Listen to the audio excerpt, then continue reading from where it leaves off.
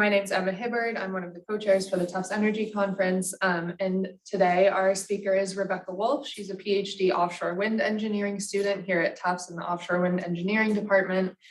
Previously, she got a BS in engineering from Smith College, which is out in Western Massachusetts. Her research right now is on pathways to net zero by 2050 and offshore wind grid integration for transmission grid integration.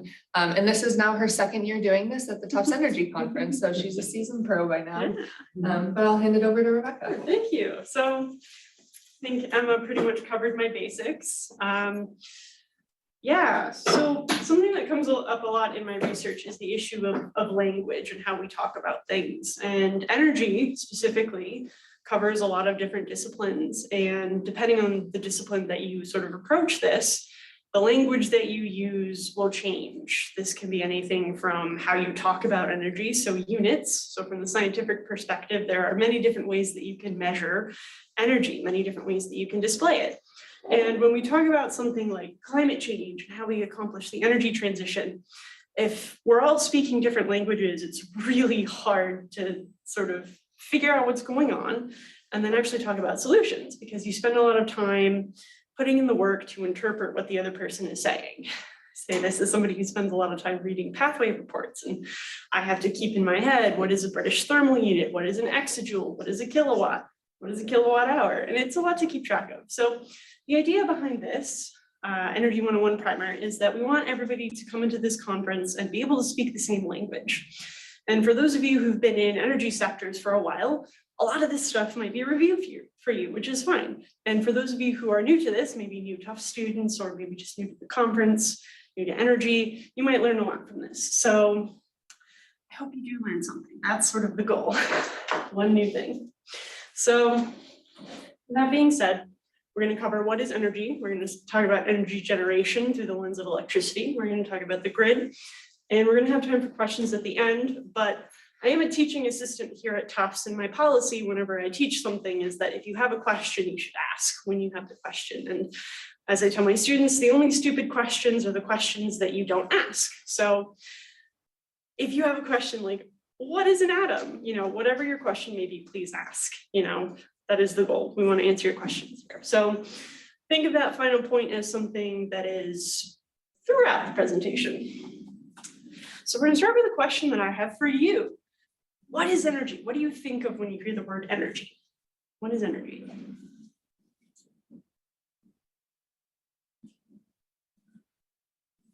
Such a difficult question. I know, it is. It is. There's a lot that goes into this word. So what's the first thing?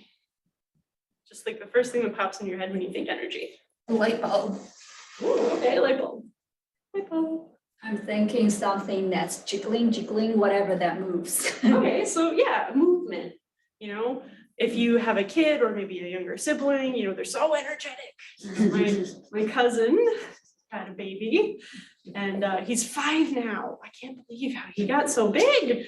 And he's so energetic. You know, I went and I saw him. He had a snowboarding lesson in the earlier part of the day, and then I saw him at like 3 p.m. and he was still going strong. So I have a solution to climate change. It's if we can plug all the toddlers into our generators, we'll be good. So yeah, energy is a lot of things. People have energy, things have energy. We have energy everywhere, right? But we can think of things in terms of potential energy and kinetic energy. So a lot of things have potential energy. The food that you eat has chemical potential energy, and you eat the food and it gives you energy. Your body digests it. It turns into things that you can do work with, right? If you don't eat breakfast in the morning, you know, your 9 a.m. class probably isn't going to go so well. Physical things have kinetic energy. So let me think, what's a good thing? So if I hold this folder up, it has chemical energy because I could burn this, right? I could use this to generate heat. I could maybe throw it into a turbine. Probably wouldn't generate enough heat to make my turbine go, but it has chemical energy stored in the bonds of the adhesive, things like that. However, it also has movement. It has potential energy, right? It's really high in the air. It's super unstable. And if I let go, it moves. And all that potential energy turns into kinetic energy. Then eventually it reaches its lowest possible sort of energy state, hits the table. Now it's super steady. So these concepts of potential and kinetic, stored versus work, are really integral to energy. Conservation of mass, conservation of energy. Nothing is ever created or destroyed, only transformed. So this becomes really critical when we talk about electricity. So what is electricity? Sort of already said this, but electricity is the movement of electrons, right? So we have electricity pretty much everywhere here. We've got electricity in my laptop. We've got electricity turning the lights on. We've got electricity maintaining our Zoom room. But what is electricity at its core? The movement of electrons. And how do we make electrons move? So you can induce a current. So in this case, we can think of current as like flow of water in a pipe. Current is literally measuring how fast the electrons are moving. We can then think of voltage as the pressure in the pipe. Now, when you get into sort of the really advanced electromagnetism concepts, these analogies don't always hold up, but it's nice to think of these things initially as current is your flow and then voltage is your pressure in the pipe. And we make electrons move using magnets. We have a magnetic field that forces electrons to move through coiled wire. And a little animation. So that's what it is. It's just the movement of electrons. It's not so complicated when you think about it like that. Electricity generation though. So now we know that we've got a bunch of moving electrons. How do we actually make the electrons move, right? So steam turbines are the backbone of the United States grid. Some 64–65% of US electricity generation is steam-based turbines. What does that mean? So we've got a fuel of some sort. We're in Massachusetts. A lot of our electricity is natural gas. Coal-fired power plants, anything that burns is going to generate steam. That steam is really hot water. It rises and it turns a turbine. The turbine is then connected to a shaft, and that shaft then turns our magnets that are in the generator.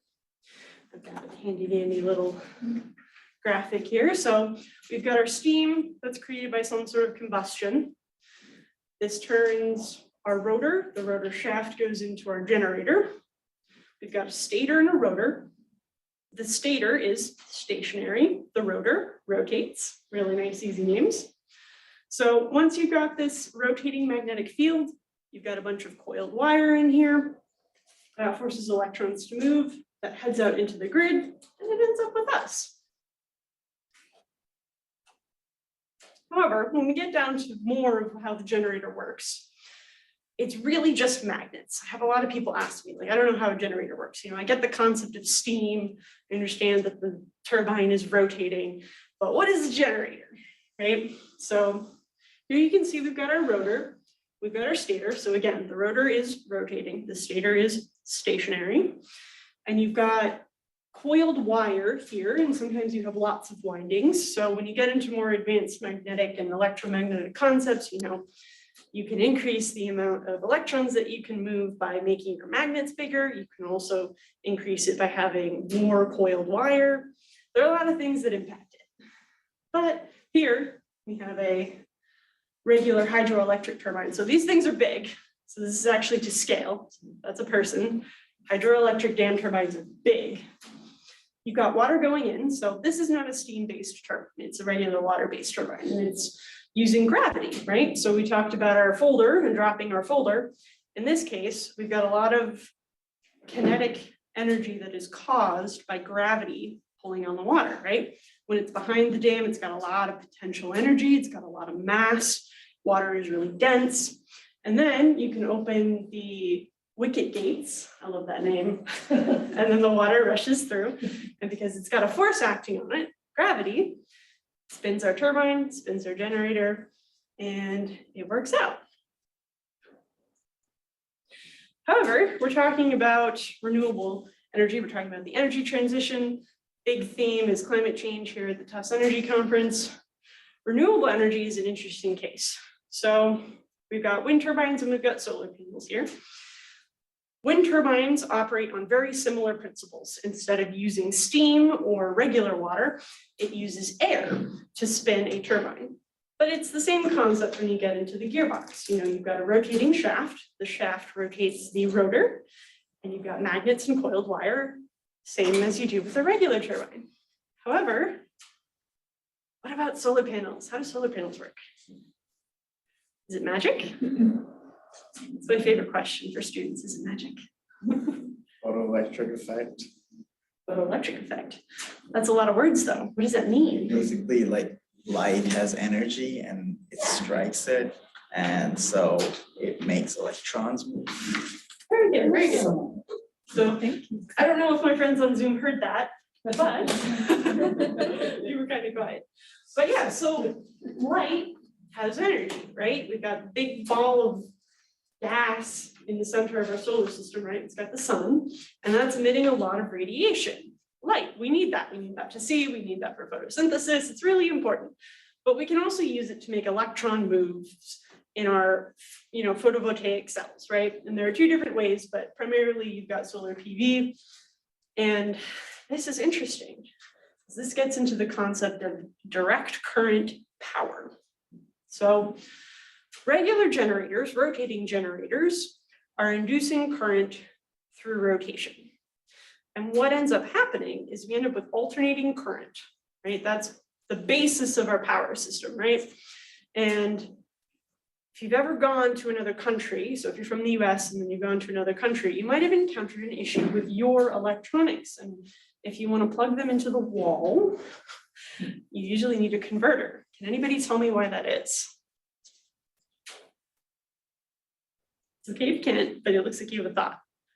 Yeah. Different like voltage and. I Not don't quite remember voltage. enough of that, but That's yeah. okay. It's different plugs and different like voltage levels or something. Yeah, so the grid operates at a frequency, right? It's a sinusoidal wave, it's going up and down, so it has a frequency. In the United States, our grid operates at a frequency of 60 hertz. If we go over to Europe, frequency is 50 hertz, so you need some sort of conversion. Now, DC does not behave the same way. Instead of being a sinusoidal wave, it is a flat line. It's direct current. It's constant. And batteries are also DC. So if you get a battery in your phone, battery in your laptop, that's all DC. These are also DC. So these sort of systems end up with converters of some sort to get from AC to DC.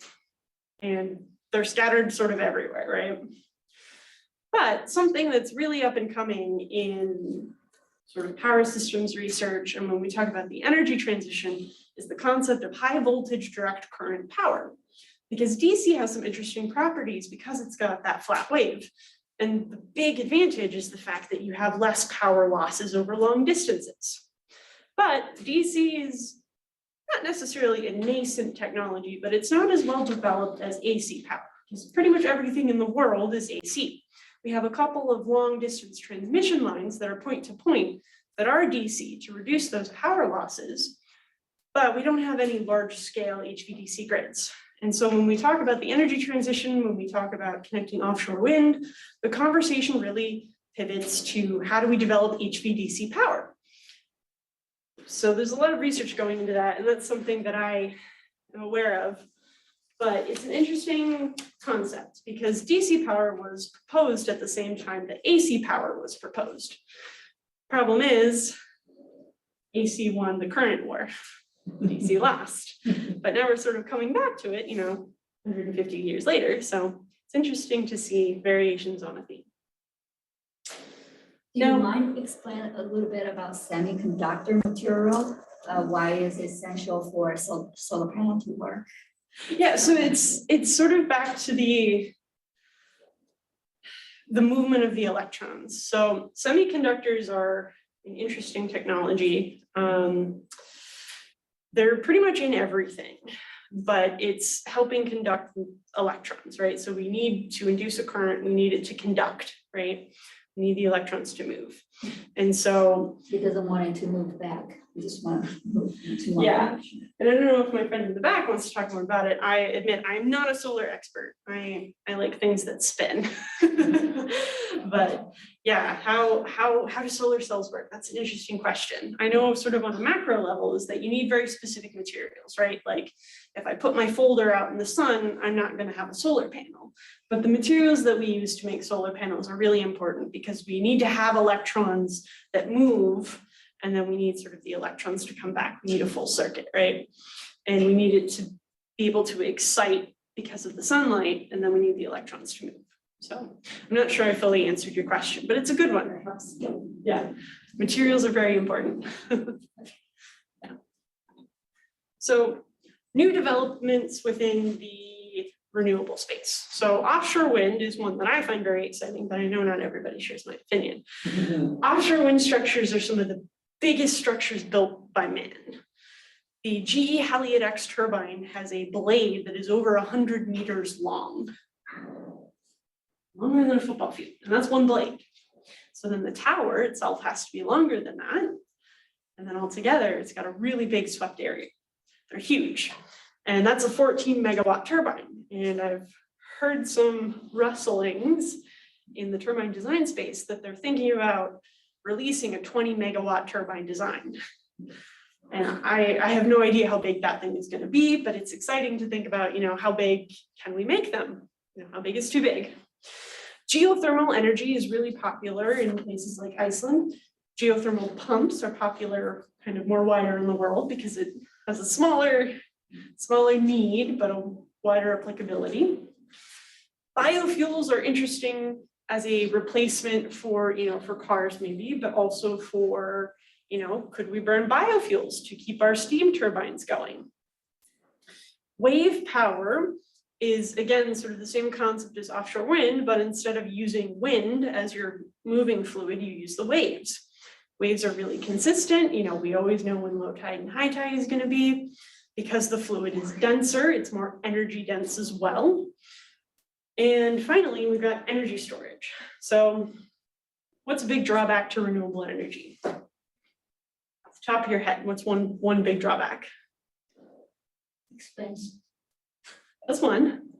It's kind of variable in terms of when you can capture the energy. You have to be able to store it. Exactly. So we can't control the sun. The sun shines when it shines, and if the weather is bad, we have no control over that. We also can't control the wind. So the nice thing about our steam-based turbines and our fossil fuels is that we have direct control over the energy generation, right? If demand drops, we just slow down how much we're burning. If demand spikes, we shovel more coal in. We don't have that level of control with renewables, and that becomes a problem. So even though we might have plenty of energy, we might be strong enough winds, we might have turbines that are big enough, we might have solar fields that are big enough, the demand and the production are not going to match. We'll take a look at some demand curves a little bit later. So we need a way to store it. Now, one of my peers, Aloysius, is working on green hydrogen. So electrolyzing hydrogen using electricity instead of, like fuels, dirty fuels, and then using that hydrogen as a fuel and then transporting it somewhere else, turning it into fuel cells, or using it again as a fuel for those turbines. So there's also batteries, lithium batteries. There's actually a new plant down in Virginia that's talking about iron air batteries. But the energy transition is really going to hinge on our ability to store energy when production is high. In the middle of the day, solar production is highest, but demand is usually not highest. Demand usually peaks at like 6 p.m., 7 p.m., depending on where you are in the world. That's because people are home, people are cooking, the sun is going down, people are turning on their lights. So this results in a really interesting phenomenon, especially in California, called the duck curve. I don't know why they call it the duck curve. I've seen ducks in my life, and I don't think it looks like that, but it's called the duck curve. And pretty much the result is just that the solar production and the demand don't match, and you end up with these big discrepancies at the tails. But if we could store all that excess solar energy and then release it at 6 or 7 p.m., we'd be golden. But unfortunately, we don't have batteries that can store charge long enough or store a large enough charge yet safely to do that. But there's a lot of really exciting and interesting things going on in that space. So the grid. What do you guys think of when we talk about the transmission grid? What do you think about it at all? You know? We've heard it all day. Power lines and like, worried about them. Easy to get attacked. Yes, they did. Oh, yeah, you're right. The attacks, Electromagnetic. they have been, substations have been attacked, but Yeah, there you yeah, you probably don't think about the grid until, you know, your lights aren't turning on, right? That's happened a couple times to me. I used to live in Somerville. I'm in Medford now, but I lost power for a couple hours, you know, several times when I was living in Somerville, and I was like, I wonder what's going on. So we usually don't think about the grid a lot unless there's a problem. It's sort of out of sight, out of mind, even though, you know, you see a lot of the poles, you know, when we're driving, we see the more higher voltage things because they've done a lot of clearing things. But the grid is a really important aspect of the energy transition that is often, well, from my opinion, I don't think people talk about it enough. So how we get power, sort of the basics is we have generation. So we've got those steam-based turbines. They're connected to lines. There's usually a substation on site that steps up the voltage. It goes through the transmission side. So those are sort of those metal structures that you'll see. Then it's stepped down in voltage and it goes into the distribution side of the grid. So the grid is split up into the transmission and the distribution. Transmission, and we'll also talk about this a little bit later, is the responsibility of larger entities, federally regulated entities. Distribution, that's monitored by your utility. Those are the people you pay your bills to. And then here's the consumption. Those are the consumers, businesses, residential, it's there. The grid is really complicated. There are over 50,000 substations in the northern United States alone, and there are hundreds of thousands of miles of transmission lines. It's a really complicated system. It operates synchronously. So what does that mean? So those magnets that we talked about earlier, those magnets are all rotating synchronously. The magnetic fields match. So the US consists of 3 synchronous regions. We've got the Western Interconnect, the Eastern Interconnect, and then Texas. Separate country. They're their own separate grid. And they're operating synchronously. So we're all at 60 hertz, but the alignment of the magnetic fields is not the same. So you can't send AC power across those regions because they're not aligned. You can't do that. So that's where most of our DC technology is, operating as seams across the interconnects, and it severely limits the amount of power that we can send. So we talked about AC a little bit already. We talked about DC, sort of the roles that they play. Here is ISO New England. And I always say that I'm going to get a better map, and I never do. But this is us. This is the grid that we operate on right now. And these are our lower voltage lines, I think, and then lower to upper. But it's really interesting to see how we've got these veins. That's how my advisor and I talk about them. We talk about them like veins, right? So the interesting thing about New England is it's kind of old compared to the rest of the country, and the grid reflects that. So we have a lot of low voltage lines near the coast because coastal areas is where people settle, right? That's where most of our cities are. That's where a lot of our neighbors are. Coastal areas have always historically been endpoints for electricity generation. That's where we send the power. Now, offshore wind is completely changing that game because it's no longer an endpoint, it's an injection point. So that means our low voltage lines, so we've got a bunch of 130 kilovolt lines, sometimes even lower, 69 kilovolt lines, 230 kilovolt lines, we're sort of in that range. We've got a bunch of low voltage lines on the coast, with the occasional exception of our nuclear power plants, which usually have 500 kilovolt lines because nuclear power plants generate a lot of power. So that raises the question of, okay, we want to build all this offshore wind. how the heck are we gonna connect it to the grid?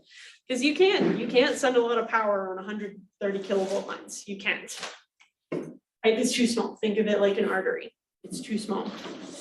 You explode something, or you would overload something, and nobody would be happy then.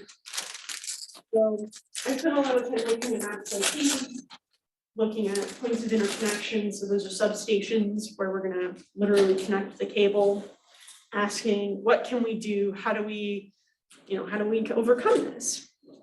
And it's a really tricky question, because as we're gonna talk about here, not only is it technologically complicated, it is politically very, very complex. You know, I don't mind looking at power flow modeling, I've done some PSSE modeling. I don't mind calculating inverse Jacobian matrices. But when I start talking about like who is responsible for what, my eyes start glazing over. It is complicated. So to start off with, we have the Federal Energy Regulatory Commission. So that is the federal oversight, that's FERC. A lot of people answer to FERC, but they're sort of limited because they're the federal government and they can't make sweeping changes at the state level, because we have a really big divide between federal and state. We also have the Northern Electricity Reliability, NERC. So they do a lot of reliability concerns, looking at balancing areas, things like that. At a lower level, we have RTOs, Regional Transmission Operators. Here in New England, we are on the ISO New England grid, Independent System Operator New England. They operate the wholesale market. So our generators, our solar farms, our wind farms, our natural gas power plants will sell their power on the market that is operated by the RTO. And then utilities will buy it and distribute it. And even though there's no real way to track what power you're getting, a very delicate balance is maintained. The ISOs also do a lot of forecasting. So how much demand is the grid going to need? They're largely responsible for the reliability. So neat thing about ISO New England is that we maintain something called peaker plants. And the role of the peaker plants is to keep themselves maintained, stay staffed, have a reliable fuel source, and not run 360 days out of the year until that one day in January when the temperatures drop, there's a severe cold, and the other generators can't keep up. Their goal is purely to keep the grid operating. And that's because we have had several, distribution issues where we almost didn't have enough power for the grid. And you can see that sort of mirroring in other places now. So anybody from California, what happened over the summer? Do you know? Well, with all power failures, like everybody's asked to conserve water and power, Yeah, so California actually didn't have rolling blackouts. They came very close though. So that massive heat wave in summer of 2022 that hit Europe, us, California set a new record for draw on their grid, 54 gigawatts of power. That's a lot of power. To put that in perspective, the entirety of ISO New England operates between 14 gigawatts and 25 gigawatts normally. Almost double. That's a lot of power. You have a question? Yeah, well, I mean, just interesting, like, point of intersection internationally. I came here because I'm trying to work with somebody in Nigeria where there's a very contested election. She's regularly facing power failure, despite that it's an oil company. I'm trying to better understand that. So power failures, I'm sure, and my friends here from China, you can complexify it with developing world, a lot of young people, rapid growth, decline in resources. So it's interesting to me to think that connection now, Yeah, I mean, I'm not super familiar with Nigeria and that situation, but yeah, I mean, it wouldn't surprise me that if you're not properly, pricing things, or you're not sourcing, your supplies. I mean, the simple story is you decline of petroleum and then everybody's trying to deal with that, without getting too much into it, but yeah, same problem, I can't connect internationally if you don't have power. Yeah, right, yeah, Zoom doesn't work if you don't have Yeah. electricity, yeah, very true, very true. We kind of take it for granted, how reliable our grid is, the United States certainly has its issues, but, 99% of the time, when you flip the switch, the lights come on, and we're very fortunate for that. So, yeah, so underneath the RTOs, we have our utilities who are, oh, sorry, you have a question? Yeah, I was wondering, what is the market for the sale of energy from generators? Who are the players who actually buy this energy? Is it like an open market? So that's a very good question, and that's a very complicated question. And the answer, as with many things, is it depends on where you are. So here in New England, we operate a dispatch market. So the cheapest electricity is sold on the market first. So in often cases, that's renewable energy because the price is usually connected to the cost of the fuel. However, you're not paying for the wind, you're not paying for the solar, so that's dispatched first. And then on top of that, you have, the next cheapest. So what will happen is, and this will probably be easier to visualize when we actually look at some data, is that as demand goes up, more energy is sold onto the market, right? So individual generators will be selling their power. Now, here's another interesting fact for you. Most power plants in the United States are operated by financial institutions, which I did not know that, which is very interesting. And it kind of talks about it lends itself to the issue of the incumbent and, who has the power and, how do we have a change in our electricity if big financial institutions are operating the plants?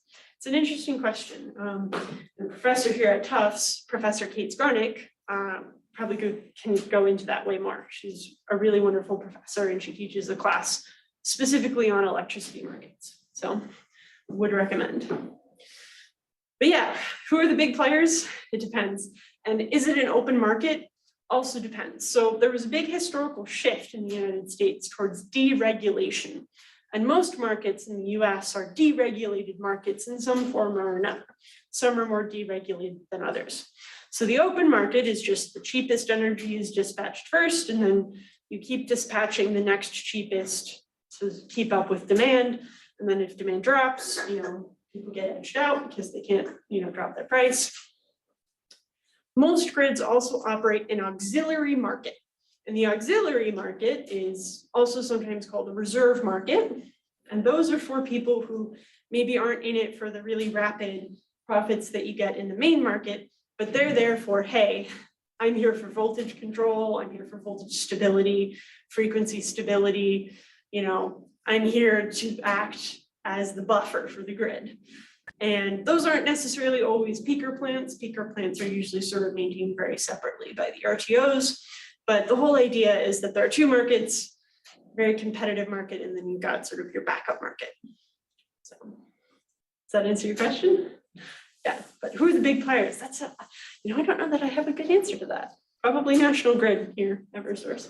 Yeah. Then the question behind that is, who are the big banks? I mean, it's not the climate movement looks like, and just to concretize it too, like we're thinking of bring people to Nigeria. There's only one, I think Chase Manhattan's the only bank.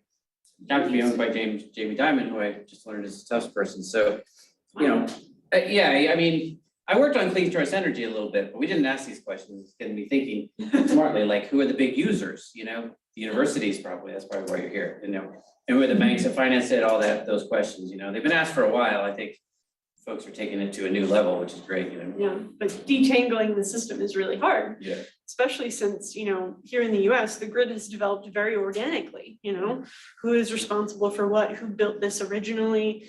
And when I deal with data, so I work with a lot of GIS data, looking at where power lines are, where substations are. And there are a decent number of things in my data set that are unknown. I don't know what their voltage level is. I don't know what their power capability is. And I'm looking at where the substation is, and I'm like, this is probably not quite right where its location is. It's probably down here. And someone probably knows, probably someone at the local level who's directly involved in the operation of that portion of the grid. You have to know what the voltage is, because if you don't know what the voltage is, you're playing a guessing game with how much power you can send on the line. And that's not a good game to play. So someone knows, but me with my database, I have no idea.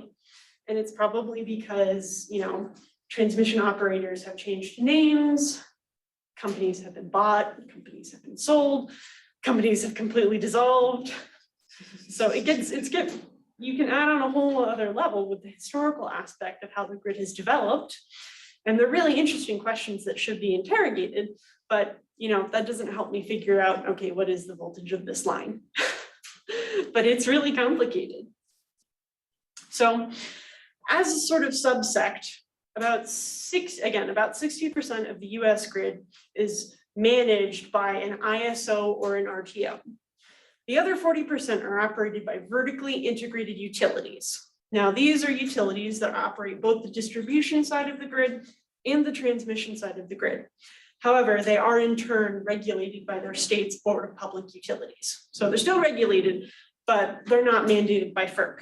They're not an ISO.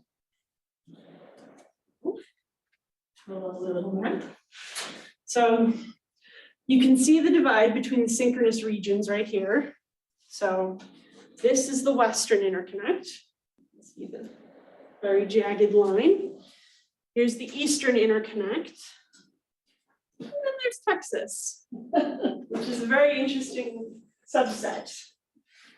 But on the East Coast here, we have ISO New England, which is where we are right now. We've got the New York ISO, we've got the PJM interconnection, you got the Southwest Power Pool, then you've got MISO, and then California. So it's interesting to see where the pockets are. And going back to the issue of historical developments, PJM stands for Pennsylvania, New Jersey, and Maryland. And yet here we are over here in Ohio and sort of near the Great Lakes, there's a very tiny bit of PJM. How the heck did that happen? How do they operate it? They're not connected. It's a very strange occurrence. One thing I could say something, maybe my theory would be is it's generation to utilization stuff. Like where maybe they're getting energy from, like, I don't know, hydroelectric or something like that over there. That's probably like Buffalo, just looking for, Maybe, yeah. I mean, it's totally possible, but But maybe something more irrational, like organizational mergers. Yeah, it's really strange. And another aspect is the fact that most of these institutions cross state lines, with sort of the exception of California and New York. But even Texas, ERCOT, sort of crosses state borders. So when states make decisions, how does that impact an institution that operates across state borders? How does that impact regional cooperation? It adds like an entire another level of complexity. So when we talk about the energy transition, I like to just talk about the grid. I like looking at transmission lines, the technical side of things, but the policy aspect absolutely cannot be ignored, because this is really important and it's really complicated. And we do ourselves a disservice and our work decreases in quality when we sort of ignore this aspect, but it is complicated. So we're going to do a little phone exercise. So everybody has their phone. So I want you to go to your app store. And if you're from, actually, I'm going to go back here. I want you to download an ISO's app, because they all have apps and they all have lots of data for you. So if you're not from the US, feel free to just download the ISO New England app, because we're here, we're here right now, and that's a good way to ground yourself. But personally, I'm from Southern Maryland. That's where I grew up. So I also have the PJM app, because, it's where I grew up. That's where some of my family is. So I like to know what's going on. If you're from California, feel free to download the California app. So take a minute to download the app. And then we're going to take a look at some data. It depends on which one. So California is ISO to I'll do go. Northeast, because I'm working with the industrial union. So it's ISO to go for New England.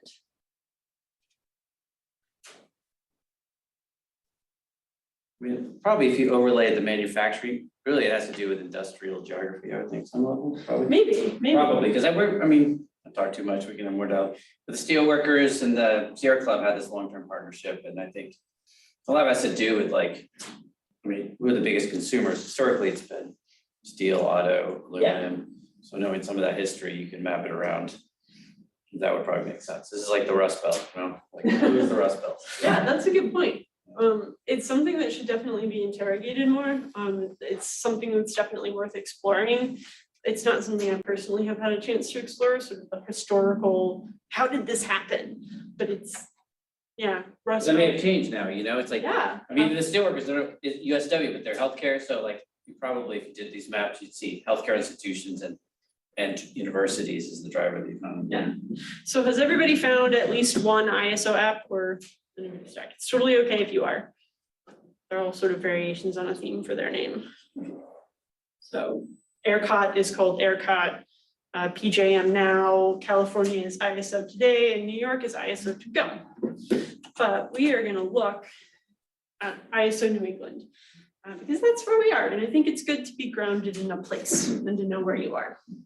So this is from this morning's dashboard. And I actually think I have a timestamp.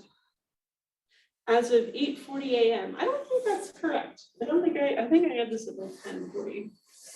Anyway, regardless. So first is price. We're really interested in price, the price of the electricity.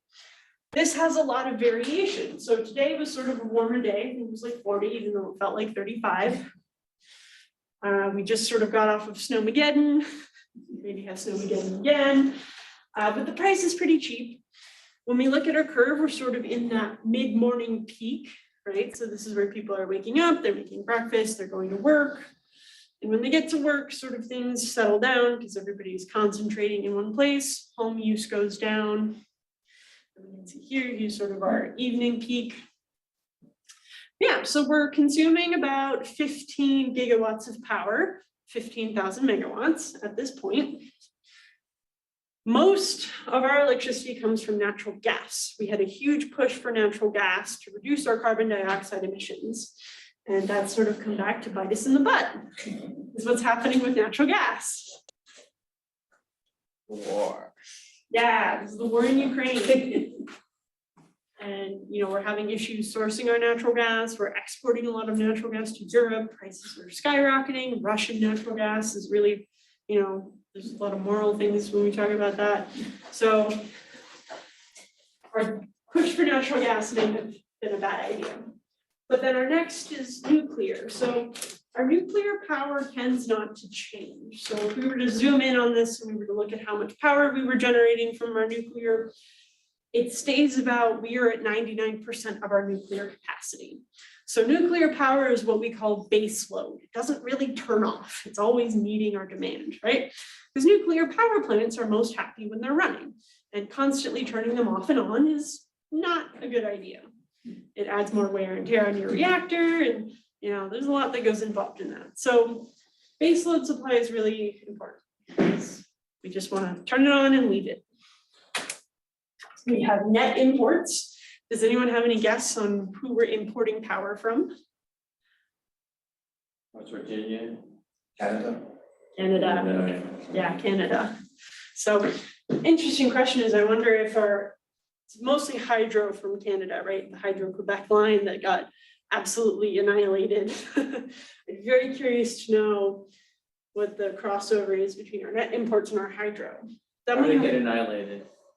Well, there was a siting issue with the transmission line coming down from the Hydro-Quebec project. Oh. And there was a very small segment of forestry that was protected, and they wanted to run their transmission line through it. There's a lot of Native pushback. rights and native land. I don't know that it was native. I think it was protected woodland, but the result is that it ended up at a referendum and the people largely voted against it, which is disappointing because hydropower is relatively clean, even if not totally carbon neutral.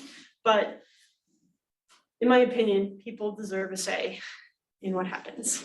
So unfortunate, but they'll just have to come back with a better type of project. So then we've got our renewables. So good portion of wind. We've got refuse burning, which I'm pretty sure is just trash, which I'm not sure whether I would consider that renewable, but ISO New England does. We've got regular wood burning, we've got solar, and then we've got landfill gas, which again, I'm not sure I would consider that renewable, but yeah, so there's a lot of information here.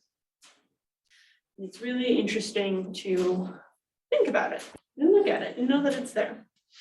So did anybody download a different app? Anybody download the California app? California one comes? It is, I think it's ISO today, yeah, California's ISO today.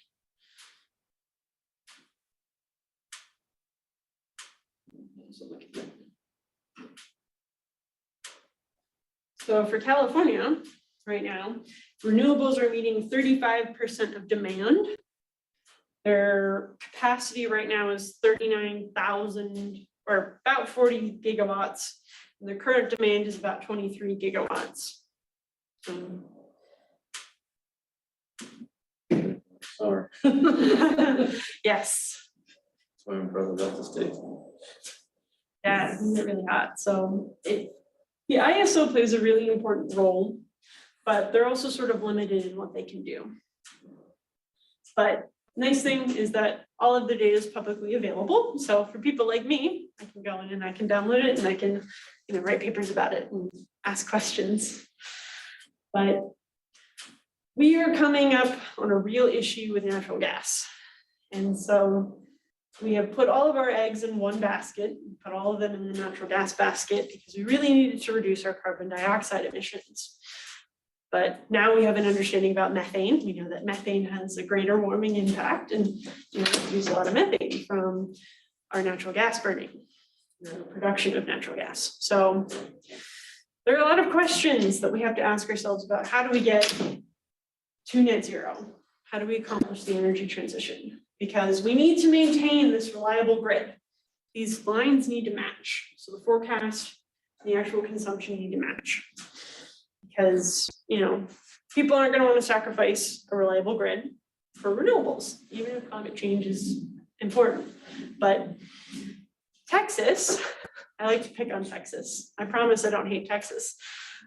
Texas had huge power outages because of Winter Storm Uri in 2021. Over 200 people died because of that. And people die without power. So if we don't do this right, we're going to see more things happen like that in Texas, which is unacceptable. We can do this right. We can do this well. We can do this just, but it's going to take work. And we're going to need people to read this, to look at things like this and not be totally overwhelmed. So anyway, thank you guys for listening to me talk about energy. I hope you learned something. We have more great panels tomorrow. I have the schedule here, but I think you also have handouts. So yeah, I think we are at, okay, so we have like a couple minutes for questions. So yeah. Why is it that US has connections with Canada, but Texas is it like its own grid and has like no connections with like the Western or Eastern connections? Yeah, so if we go back to this map, I love maps, by the way. I do like a lot of GIS work. I love maps. So there are connections between Texas and the rest of the grid, right? So there are some DC ties here, but there aren't a lot, and there certainly wasn't enough to send them enough power to keep the grid going during Winter Storm Uri. But as to why are they like this, that is a complicated question, and it has its roots in the deregulation push that sort of the entire country saw. Texas really wanted to have cheap electricity. And they do, they have some of the cheapest electricity in the US. They're also more flexible than others places in the country. So Texas decided that it wanted wind power, and they have installed more wind power compared to any other state in the country. They also have a lot of solar. So their deregulation has some advantages. It allows them to be more flexible. And so long as you're cheap, you can go on the Texas market. But deregulation also has issues. Maintenance isn't quite as prioritized, and you end up with tragedies like Winter Storm Uri. And there's a lot of disinformation about what happened during Winter Storm Uri. And people tend to blame, the wind turbines froze. But the reason for that is that the blades weren't properly de-iced. They didn't have the proper coatings. They weren't properly insulated against the cold. Sorry. Wind turbines operate in the North Sea all day long, and they don't freeze. So if you're not prepared, no technology is going to work. And they also had huge issues with their natural gas pipelines not being insulated either. And yeah, so then here's another thing. Who's responsible for the natural gas pipelines? Who do you think? End users, probably. The Railroad Commission Wow. is responsible for the pipelines. That is weird, in my opinion, but I don't know, I'm not from Texas, so. Yeah, a lot of it's cultural, they wanted cheaper electricity, but they're not totally separated from the grid. But yeah, I mean, it's a very interesting question, it's just like, why are they like that, so.